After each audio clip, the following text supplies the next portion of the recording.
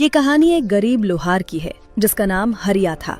वो लोहे की विभिन्न चीजें बनाकर उन्हें बेचता था और उसी से अपनी पत्नी के साथ अपना जीवन यापन करता था। अरे धनराज भाई, कहाँ जा रहे हो? या फिर मेरे ही पास आए हो कोई लोहे की चीज बनवाने? बताइए क्या बनवाना है, मैं उसे एकदम बढ़िया और मजबूती से बना कर दूंगा। अरे हरिया, मेरे इतने भी बुरे दिन नहीं आए हैं कि मैं तुझसे कोई लोहे की चीज बनवाऊं। तेरे जैसे गरीब से भला क्या उम्मीद रखूं? बेकार में पैसे ही बर्बाद हो जाएंगे। मैं तो दूसरे गांव के लोहार के पास जा रहा था, तुझे देखा तो बस रुक गया। खैर, अब मैं चलता हूँ। ऐसा कहकर धनराज वहां से चला गया। हरिया गरीब था, इसलिए गांव के ज्यादातर लोग उसका मजाक उड़ाते थे और उससे कुछ भी बनवाने नहीं आते थे। इसी कारण कभी कभी हरिया को अपना घर ठीक से चलाने में भी काफी दिक्कतों का सामना करना पड़ता था। हे भगवान, मैंने जीवन में कभी किसी के साथ बुरा नहीं किया और ना ही किसी का बुरा सोचा, फिर मेरे साथ ही आप ऐसा क्यों कर रहे हैं?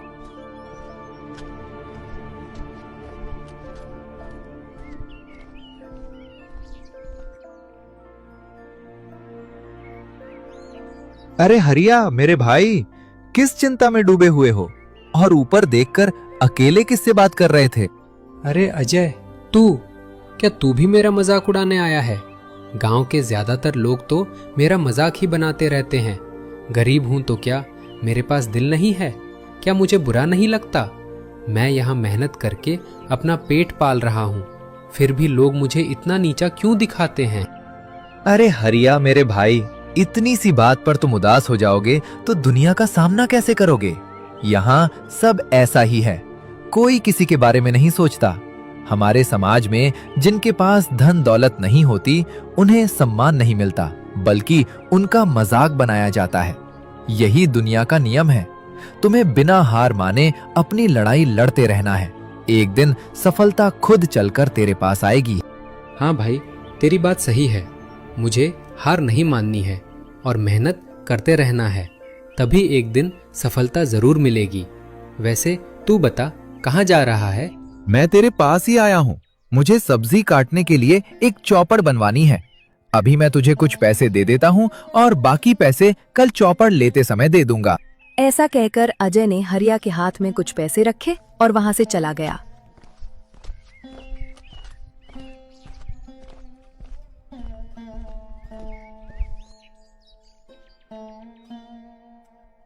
ज्यादा देर न करते हुए मैं अजय का चौपड़ बनाने में लग जाता हूँ, ताकि कल उसे समय पर दे सकूं।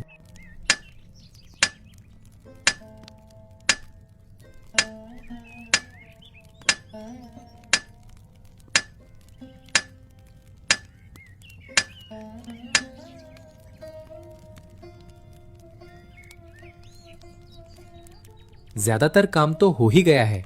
अब आज शाम तक इस चौपड़ को पूरा कर लेना होगा, ताकि मैं कल अजय को उसका चौपड़ समय पर दे सकूं। अभी थोड़ी देर विश्राम कर लेता हूं, फिर दोबारा काम में लग जाऊंगा।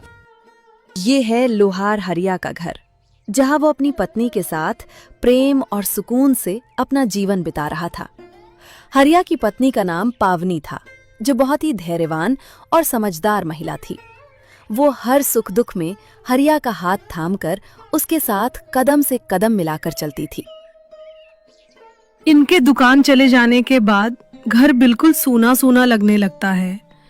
घर के कामों में लगी रहती हूँ तो इतना ध्यान नहीं जाता, लेकिन जैसे ही सारे काम खत्म हो जाते हैं, अकेलापन महसूस होने लगता है। खैर, अब शाम होने ही वाली है, वे भी आते ही होंगे।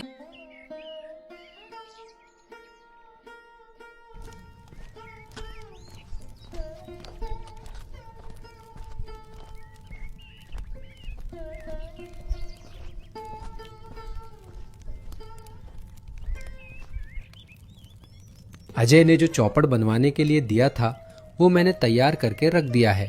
अब वो कल जब भी आएगा मैं उसे दे दूंगा। आज अगर एक और ग्राहक आ जाए तो घर का सारा ज़रूरी सामान खरीद पाऊंगा, नहीं तो केवल कुछ ही सामान ले जा सकूंगा।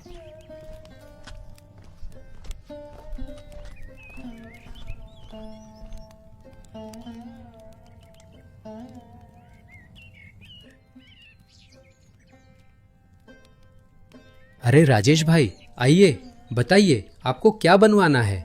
जो भी काम होगा मैं उसे पूरी मेहनत और लगन से तैयार कर दूंगा। आप बस हुक्म कीजिए, आपको क्या बनवाना है। मैं पूरी कोशिश करूंगा कि आपका काम बेहतरीन तरीके से पूरा हो। अरे हरिया, मुझे पता है कि तू कितना अच्छा काम करता है, इसलिए तो गांव का कोई भी आदमी तेरे पास कुछ बनवाने नहीं आता। सब लोग पास के रामू के पास ही जाते हैं और मैं भी वहीं जाता हूँ। मुझे तो लगता है कि तुझे ये काम छोड़कर मजदूरी करना शुरू कर देना चाहिए। तेरे पास वैसे भी ग्राहक तो आते नहीं हैं। राजेश भाई, अगर आपको मुझसे काम नहीं करवाना है तो कोई बात नहीं। मैं थोड़ी ना आपको जबरदस्ती पकड़कर अपने पास काम करवाऊंगा। आप अपनी इच्छा के अनुसार जहां चाहे वहां से काम करवा लीजिए। लेकिन हाँ राजेश भाई, किसी के काम या मेहनत का कभी मजाक नहीं उड़ाना चाहिए। क्या पता कब समय करवट ले ले और इंसान खुद ही मजाक का पात्र बन जाए। भगवान ऊपर से सब देख रहे हैं और हर किसी को उसके कर्मों का फल अवश्य मिलता है। अरे हरिया, बस कर। तू सिर्फ एक साधारण लोहार है, इसलिए ज्यादा जुबान मत चला। छोटी सी हैसियत में इतनी बड़ी बड़ी बातें करना ठीक नहीं होता। और सुन, अगली बार मुझसे इस लहजे में बात करने से पहले 10 बार सोच लेना। समझ में आया ना तुझे? अरे राजेश भाई, किसकी हैसियत कितनी है ये तो समय आने पर भगवान सबको दिखा ही देंगे। खैर, मुझे आपसे बहस करने में कोई दिलचस्पी नहीं है, इसलिए अगर आप यहाँ से अपने रास्ते चले जाएं तो मुझे अच्छा लगेगा। हरिया की ये बात सुनकर राजेश गुस्से से भड़क उठा, लेकिन कुछ कहे बिना ही बड़बड़ाता हुआ वहां से चला गया।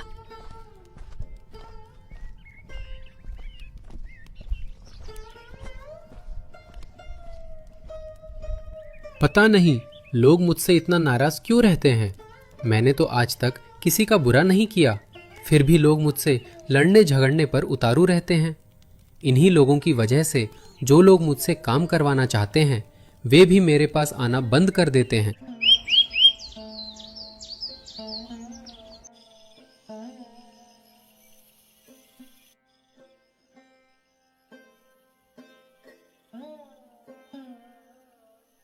आज तो इन्होंने घर आने में काफी देर कर दी। वैसे तो ये शाम होते होते घर आ जाते हैं, लेकिन आज तो पूरी तरह रात हो गई है। पता नहीं दुकान पर ठीक ठाक ग्राहक आए भी होंगे या नहीं। इन्हें तो हमेशा बस ग्राहकों की ही चिंता लगी रहती है। चारों ओर रात का गहरा सन्नाटा छा चुका था। सभी लोग अपने अपने घर लौट चुके थे, लेकिन हरिया अभी भी अपनी दुकान पर बैठा किसी ग्राहक के आने का इंतजार कर रहा था। आज तो अजय के अलावा एक भी ग्राहक नहीं आया।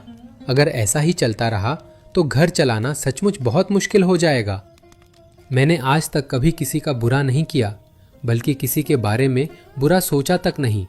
फिर भी लोग मुझसे काम नहीं करवाते और ऊपर से तरह तरह के ताने भी सुनाते हैं। हरिया काफी देर तक खुद से बातें करता रहा, लेकिन जब उसे किसी ग्राहक के आने की कोई उम्मीद नहीं रही तो उसने मायूस होकर दुकान बंद कर दी।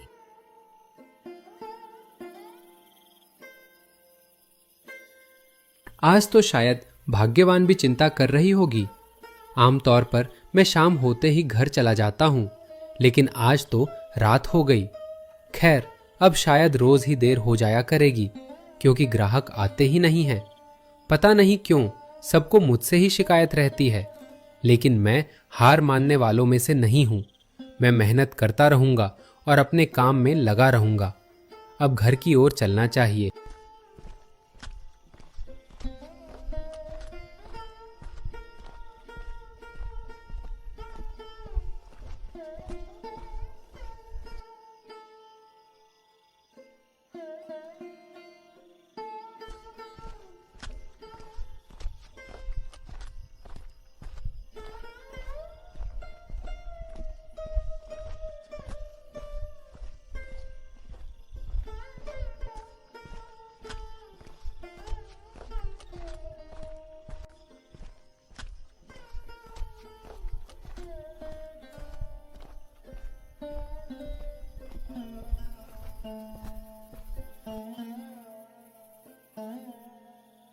अरे जी, आज आपको घर आने में इतनी देर क्यों हो गई?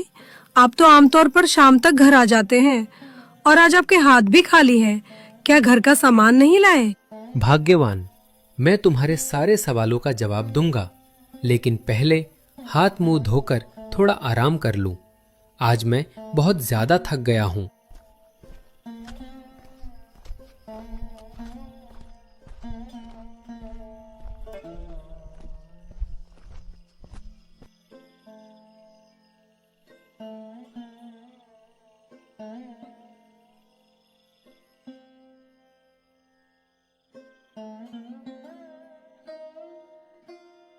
अच्छा जी, अब तो बताइए आज आपको इतनी देर क्यों हो गई और घर का सामान भी नहीं लाए? क्या कोई बात है? आप मुझे थोड़े चिंतित भी लग रहे हैं। भाग्यवान, तुम्हें तो पता ही है कि गांव के ज्यादातर लोग मुझे ताने सुनाते रहते हैं और मुझसे कोई काम भी नहीं करवाते। जो 2-4 लोग मेरे पास काम करवाने आते थे, बाकी लोगों ने उन्हें भी भड़काकर मेरी दुकान से दूर कर दिया। आज तो पूरे दिन में सिर्फ मेरा दोस्त अजय ही एक चौपड़ बनवाने आया था। ऐसे में घर का सामान लाने लायक पैसे भी नहीं जुट पाए। बस इसी वजह से मेरा मन बहुत उदास है। अरे जी, आप तो हमेशा मुझसे कहते हैं कि जीवन में कभी हार नहीं माननी चाहिए। परिस्थितियां कैसी भी क्यों ना हो, हमें अपना हौसला बनाए रखना चाहिए। तभी तो जीवन में एक ना एक दिन सफलता जरूर मिलती है। और आज आप खुद ही इतने मायूस हो गए। नहीं भाग्यवान, मैं हार नहीं माना हूं, बस बुरा लगता है। मैंने कभी किसी का बुरा नहीं किया, फिर भी लोग मुझे ताने सुनाते हैं और मुझसे नफरत करते हैं। जो 2-4 लोग मुझसे काम करवाते थे, उन्हें भी बहला फुसलाकर मेरी दुकान से दूर कर दिया गया। बस यही सब बातें मुझे चिंता में डाल देती हैं। खैर, तुम चिंता मत करो, मैं हार मानने वालों में से नहीं हूँ। मेहनत करता रहूंगा और जीवन में आगे बढ़ता जाऊंगा। हाँ जी, अब आई ना आप जैसी बात। अब आप आराम कीजिए, मैं रसोई में जाकर खाने का इंतजाम करती हूँ। खाना बनते ही मैं हम दोनों के लिए यही परोस कर ले आऊंगी।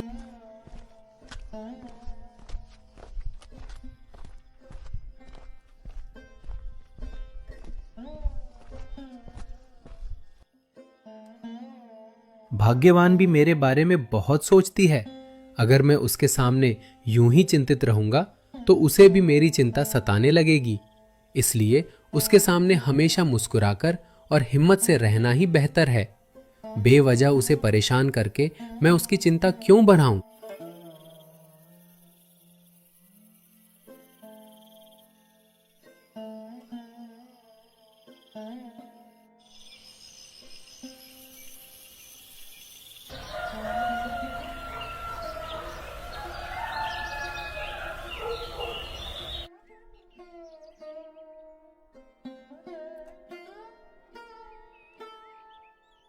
भाग्यवान, मैं दुकान के लिए निकलता हूं।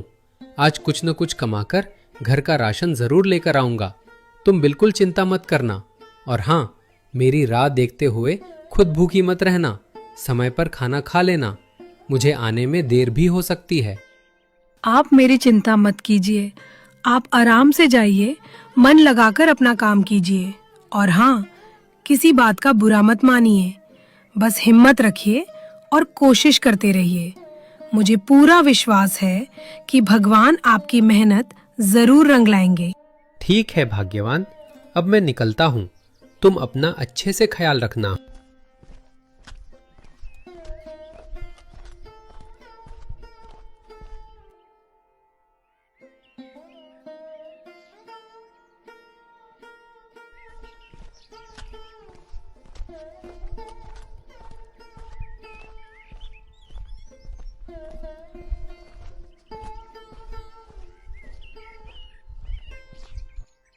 हरिया दुकान पर पहुंचकर फटाफट दुकान खोल देता है।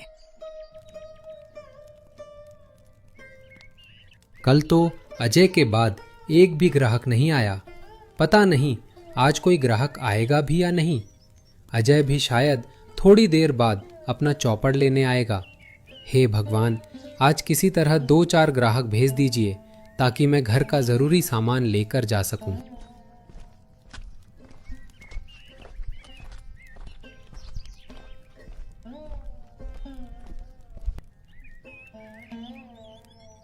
अरे अजय, तू आ गया।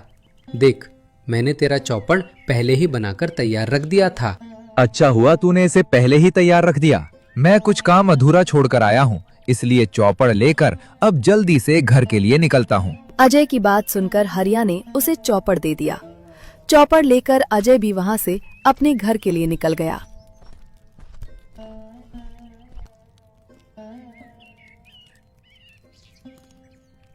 हे भगवान, आज बस 2-4 ग्राहक भेज दीजिए, नहीं तो भूखे रहने की नौबत आ जाएगी। प्रभु, मुझ पर अपनी कृपा कीजिए।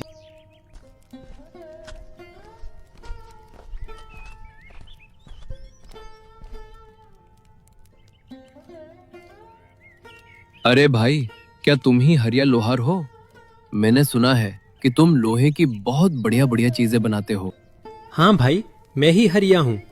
मैं कितना अच्छा लोहे का सामान बनाता हूँ, इसकी तारीफ तो मैं खुद नहीं करूँगा, लेकिन मैं हमेशा पूरी कोशिश करता हूँ कि हर ग्राहक का काम पूरे मन और ईमानदारी से करूँ और उसे बेहतरीन बनाकर दूँ। आखिर ग्राहक अपनी मेहनत की कमाई से पैसे देकर मुझसे काम करवाता है, इसलिए उसके पैसों की पूरी कीमत मिलनी चाहिए। हरिया भाई, मुझे तुम्हारे हुनर के बारे में अच्छी तरह पता है। तुम्हें मेरे लिए एक ऐसी खास तलवार बनानी होगी जिसे देखते ही हर कोई पसंद करे और उसे खरीदने के लिए उतावला हो जाए। उसके बदले तुम जितनी भी कीमत मांगोगे, मैं देने के लिए तैयार हूं। लेकिन हाँ, अभी मैं तुम्हें पैसे नहीं दूंगा। तलवार तैयार होने के बाद ही तुम जितनी कीमत मांगोगे, मैं बिना किसी हिचकिचाहट के उतना पैसा तुम्हें दे दूंगा। ठीक है भाई, आप तलवार तैयार होने के बाद ही पैसे दे दीजिए और मैं भी आपके कहे अनुसार जितना हो सके उतनी बेहतरीन तलवार बनाने की पूरी कोशिश करूंगा। आपका काम पूरे मन, लगन और मेहनत से करूंगा। आप बिल्कुल बेफिक्र रहिए। और हाँ हरिया, अभी मैं तुम्हें पैसे नहीं दे रहा हूँ, काम पूरा होने के बाद ही दूंगा। लेकिन अगर तुम्हारे घर के लिए किसी सामान की जरूरत हो तो घर जाते समय रमेश की दुकान से ले जाना। मैं उसे पहले ही कह दूंगा कि पैसों की चिंता ना करे, हिसाब मुझसे कर ले। तुम बस अपने घर के लिए जो भी जरूरी सामान हो बेझिझक ले जाना। अब मैं चलता हूँ, तुम अपने काम में लग जाओ।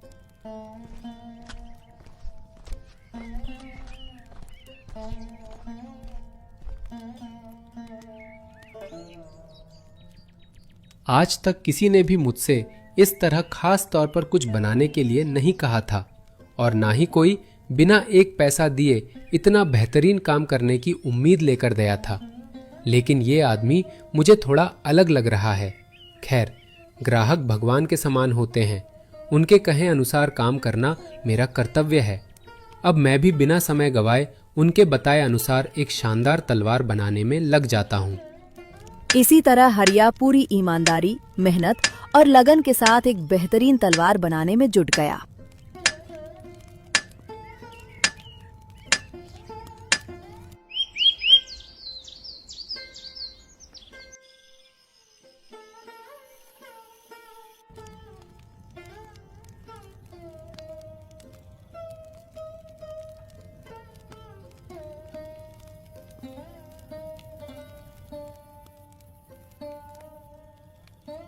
आखिरकार पूरे दिन की कड़ी मेहनत के बाद मैंने एक बेहतरीन तलवार बना ही ली। उम्मीद करता हूँ कि ये तलवार उन्हें ज़रूर पसंद आएगी। अब रात भी हो गई है, इसलिए मैं दुकान बंद करके घर के लिए निकलता हूँ। जाते समय उस आदमी के बताए हुए रमेश की दुकान से घर का ज़रूरी सामान भी लेता जाऊँगा।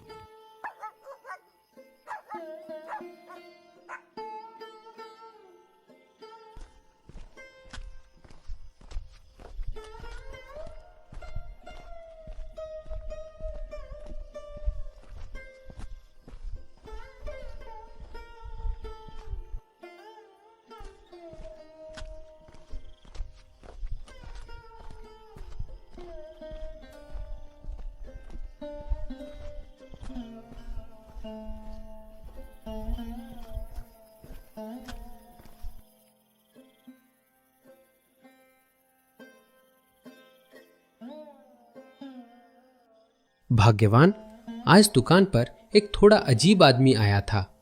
उसने मुझसे एक बेहतरीन तलवार बनवाने को कहा।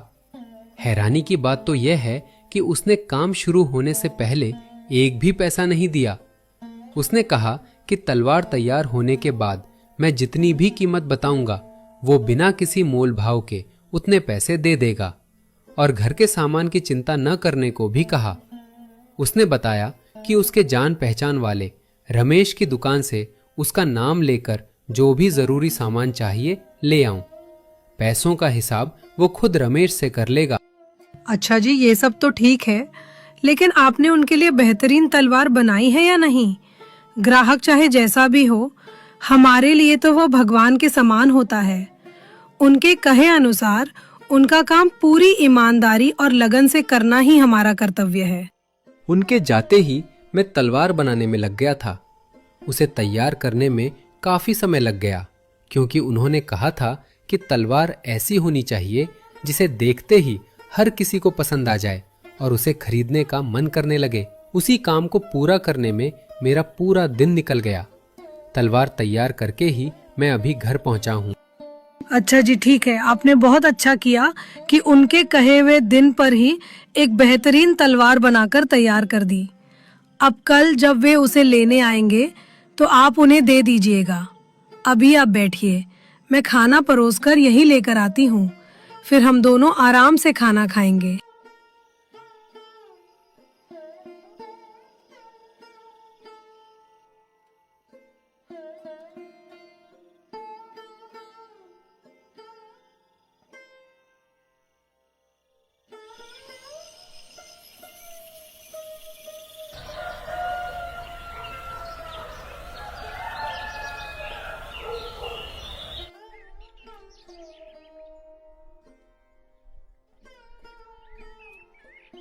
उस आदमी के कहे मुताबिक मैंने उनकी बेहतरीन तलवार तो तैयार कर ली है। अब बस यही सोच रहा हूं कि वे उसे लेने कब आएंगे।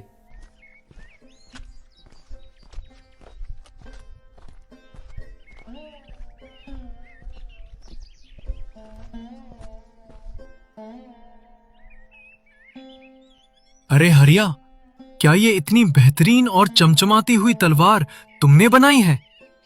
अरे ये तो सचमुच सोने की तरह चमक रही है। जरा इसका दाम तो बताओ भाई, ये मुझे बहुत पसंद आई है। मैं इसे खरीद लेता हूँ। अरे नहीं भाई, मैं यह तलवार आपको नहीं दे सकता। दरअसल इसे बनवाने के लिए एक आदमी ने मुझसे कहा था।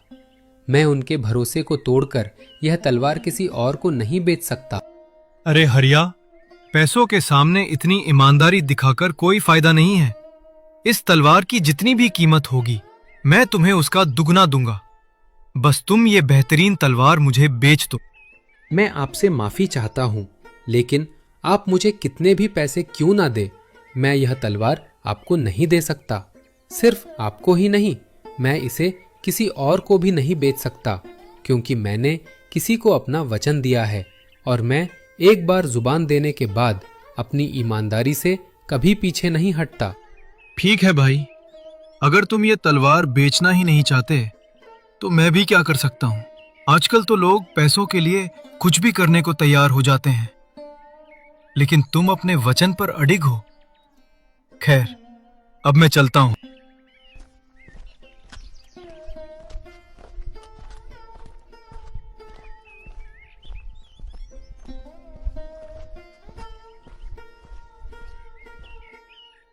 इसी तरह हरिया अपनी ईमानदारी पर अडिग रहकर उस आदमी का इंतजार करता रहता है।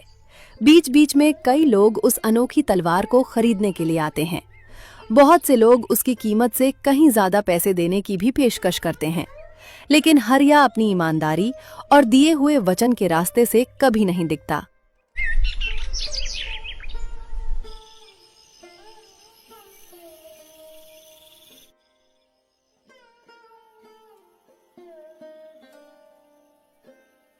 ये आदमी भी सचमुच बड़ा अजीब है। कल मुझसे बड़े अच्छे से बातें करके तलवार बनवाने का काम सौंप कर गया था। उसने तो मुझे अपने पहचान वाले की दुकान से राशन लेने के लिए भी कहा था। आज ना उनका कोई आता पता है, ना ही वे दिखाई दिए। उनकी तलवार भी मैंने बनाकर तैयार रखी है, लेकिन वे उसे लेने अब तक आए ही नहीं।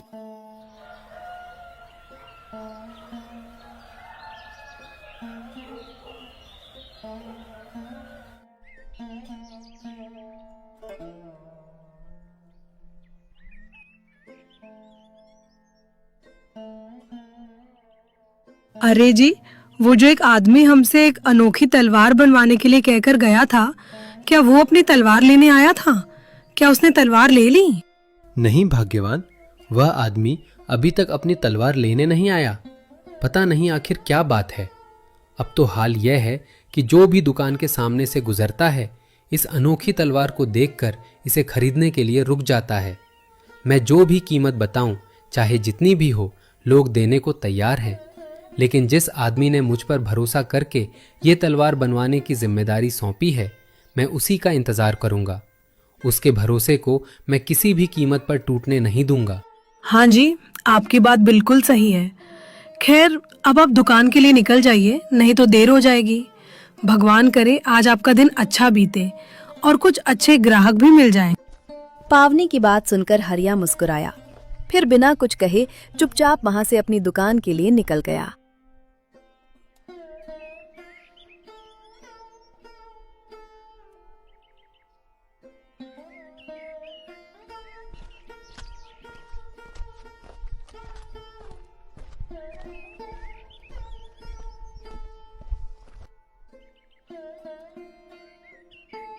अरे भाई, तुम इतने दिनों से कहाँ चले गए थे?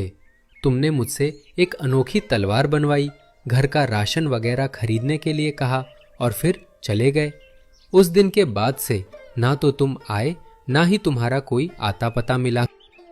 अरे हरिया, शांत हो जाओ मेरे भाई। ये रामू है और ये मेरा ही सेवक है। दरअसल मैंने ही इसे तुम्हारे पास एक बेहतरीन तलवार बनवाने के लिए भेजा था। साथ ही मैंने तुम्हारी एक परीक्षा लेने की योजना भी बनाई थी और उस परीक्षा में तुम पूरी तरह सफल रहे हो। ये बात सुनकर हरिया हैरान रह जाता है और कहता है, परीक्षा? कैसी परीक्षा? और मैं उसमें सफल कैसे हुआ? मैंने तो कुछ भी नहीं किया। आपकी बातें सुनकर मुझे बहुत हैरानी हो रही है। कृपया मुझे पूरी बात विस्तार से समझाइए। हरिया, ये तुम्हारी ईमानदारी की परीक्षा थी और उसमें तुम पूरी तरह सफल रहे। इतने दिनों में जो कई ग्राहक इस अनोखी तलवार को उसकी कीमत से 10 गुना अधिक धन देकर खरीदना चाहते थे, उनमें से कुछ लोग मेरे ही भेजे हुए थे। लेकिन तुमने अपनी ईमानदारी का साथ नहीं छोड़ा और रामू के आने का धैर्यपूर्वक इंतजार करते रहे। तुम्हारी यही ईमानदारी देखकर मैं बहुत प्रसन्न हूं। अब तुम्हें गरीबी में जीवन बिताने की आवश्यकता नहीं पड़ेगी। आज से मैं तुम्हें एक सम्मानपूर्ण और सुखी जीवन दूंगा। मैं आपकी बात समझ गया, लेकिन एक बात अब भी मेरी समझ में नहीं आई कि आपने ऐसा क्यों किया। आप तो मुझे जानते भी नहीं थे। अरे हरिया, तुम सच में बहुत नादान हो, लेकिन उतने ही ईमानदार इंसान भी हो। सुनो, आज से लगभग 2 साल पहले की बात है। मेरे पिताजी गांव के बाहर थोड़ी देर टहलने के लिए गए थे, यानी तुम्हारे गांव की ओर। पता नहीं अचानक शरीर इतना हल्का क्यों लगने लगा है। इस बुढ़ापे में कब कौन सी बीमारी आ जाए, कुछ कहा नहीं जा सकता। अब तो मैं घर से भी काफी दूर आ गया हूँ। आखिर अब मैं क्या करूं? हे भगवान, अब तो पेट में दर्द भी शुरू हो गया। अब मैं कहाँ जाऊं, क्या करूं? जिस गांव की ओर टहलते हुए जा रहा था, वहां तक भी नहीं पहुंच पाया और इधर अपने घर से भी काफी दूर आ गया हूं।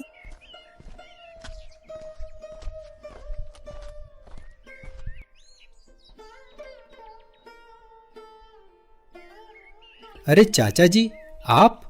मैं आपको ठीक से पहचान नहीं पाया। खैर, वह सब बाद में। आपको देखकर लग रहा है कि आपकी तबीयत ठीक नहीं है। क्या हुआ है चाचा जी? आपकी तबीयत अचानक कैसे बिगड़ गई? अरे बेटे, पता नहीं क्यों अचानक शरीर बहुत कमजोर लगने लगा है। मैं तो बस थोड़ा टहलने के लिए निकला था, लेकिन अब समझ नहीं आ रहा कि क्या करूं।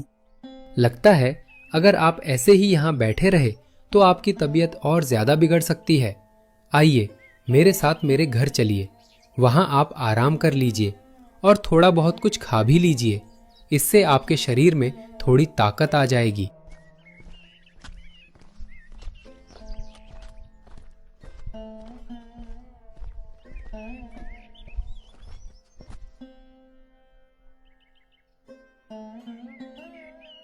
तो वे आपके पिताजी थे, लेकिन मैंने तो सिर्फ इंसानियत के नाते उनकी मदद की थी।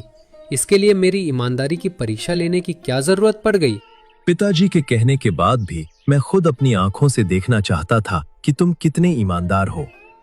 इसलिए मैंने तुम्हारी यह परीक्षा ली और तुम इस परीक्षा में पूरी तरह सफल रहे। अब तुम्हारे जीवन में गरीबी नहीं रहेगी। इसी तरह भगवान ने हरिया पर अपनी कृपा बरसाई और उसकी ईमानदारी का उचित फल उसे दिया। इसके साथ ही उसके जीवन से गरीबी के दिन हमेशा के लिए दूर हो गए।